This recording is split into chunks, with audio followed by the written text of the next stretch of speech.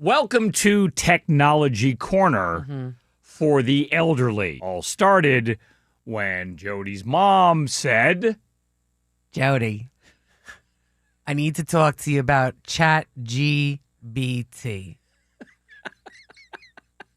And it was raining and I was walking the dogs and I was like, oh, this is going to be 20 minutes. I'm never going to get back. this is a legit phone call. Yes. I said, first of all, it's ChatGPT, not BT. ChatGPT, whatever.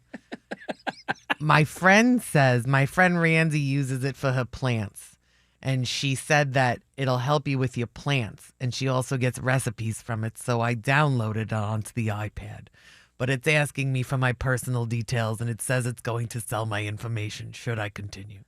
And I said, it's asking you which email to log in with. Is that right? And she's like, yes. And I don't want it to sell all my personal information. I was like, what's it going to do with your personal information? I was like, go ahead, click through.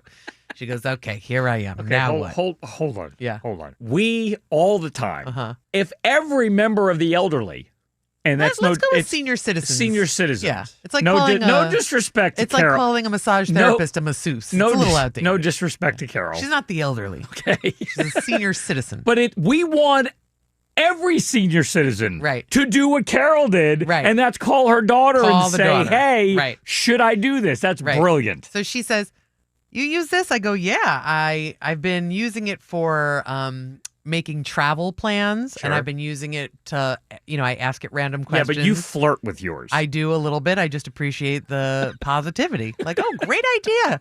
You should go to McMinnville. That'll be nice that time of year. Have you changed the voice of your ChatGPT to something a bit more?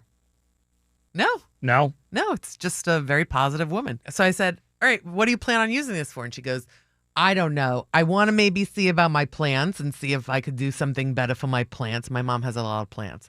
And I was like, so you're going to post a picture of the plant into the chat box? Is that what you're going to do? She goes, well, you're going to have to tell me how to do that. I go, oh, well, I'm not sure if we can do this because you have to take a picture of it. And then you got to drag it over. She goes, what about recipes? Maybe I could ask it some recipes. I go, you're talking about very low level uses for an extremely high level thing.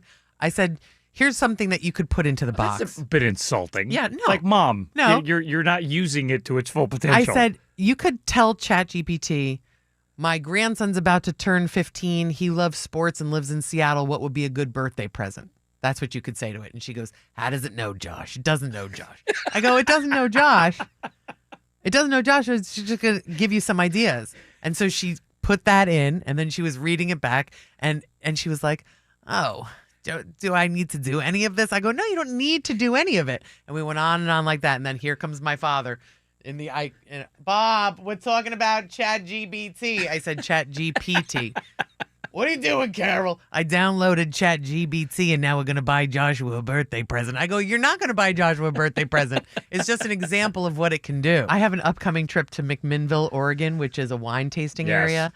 And I told my mother that I have used ChatGPT. I said, which high-rated wineries allow dogs inside in December?